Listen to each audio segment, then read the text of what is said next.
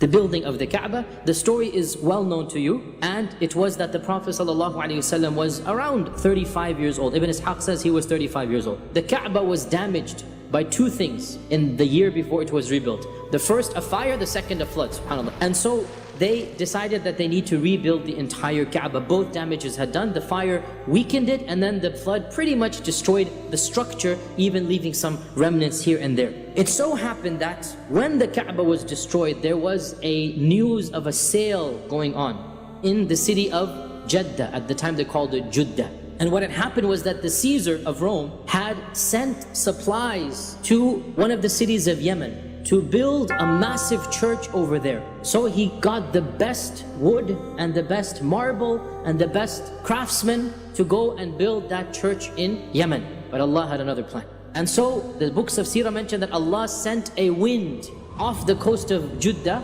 to cause the ship to basically crash, and the ship was damaged, but it just made it to Jeddah because Allah has a plan. And so the Quraysh, when they heard about this, they gathered together all their wealth and they went to Jeddah to purchase all of this and to hire the craftsmen as well to come.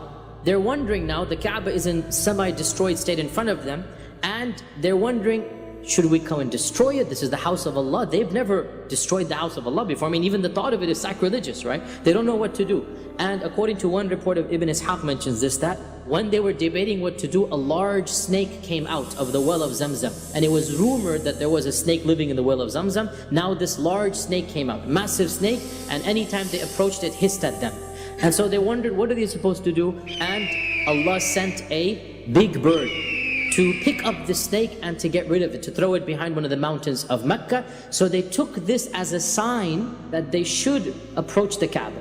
And so each one is nudging the other for, why don't you go first? Why don't you go first? Because they're worried what's going to happen. Until finally Al-Walid ibn al-Mughira finally said, Khalas, I'm going to do it. Hand me the axe. So he took the axe and he marched towards the Kaaba and he started breaking down one of the walls of the Kaaba. Nobody lifted a finger to help. Then the rumor spread.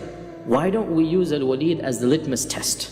If he survives the night, we'll join him the next day. Then the next morning, he woke up fine and healthy, everything's fine. So they said, okay, alhamdulillah. And so Al-Walid put one wall down. And so the next day, alhamdulillah, the entire Quraysh decided now we all have to tear the Kaaba down and then rebuild it. And what they did was, they divided all of the tribes into 4 groups. Based on their lineage. The closest tribes together, you get this wall. Another close group, you get this wall.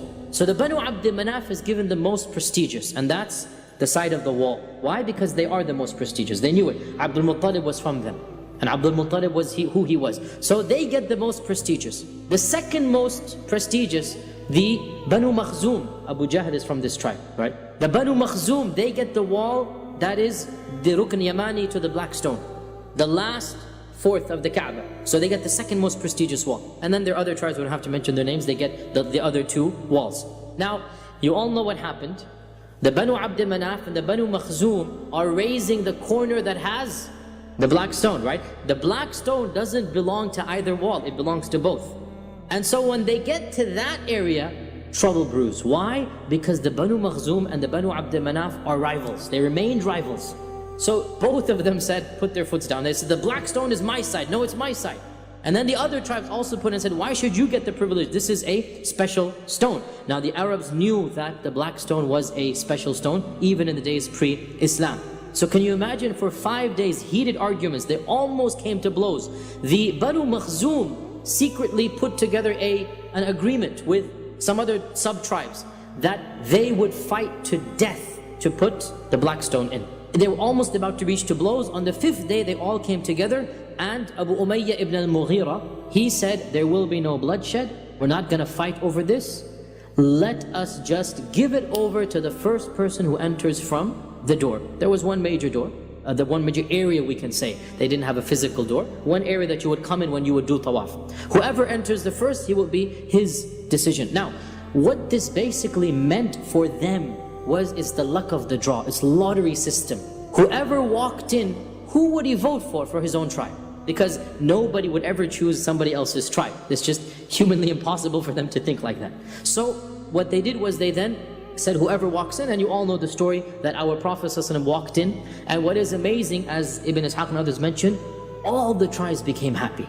Because otherwise it would not have been possible for all the tribes to be happy. Only the tribe that that person belonged to would have been happy. But when they saw the Prophet ﷺ, they all became happy because every tribe thought, the Prophet ﷺ likes me so much, he's actually going to choose my tribe. And so, as you all know the story, the Prophet ﷺ instantaneously, he said, bring me a sheet, an izar, an upper garment. When it was brought, the Prophet ﷺ himself put it on the izar, put it on the garment, and he said, let every sub-tribe send its representative, send its chieftain, send your guy, and all of us will put it simultaneously. And so they all lifted it. So the Banu Makhzum, they fulfilled their promise because they were a part of those who lifted. So they didn't break their promise of fighting to the death, they fulfilled it. And all the tribes fulfilled it, and as you know, the Prophet ﷺ himself was the one who put it into that particular location.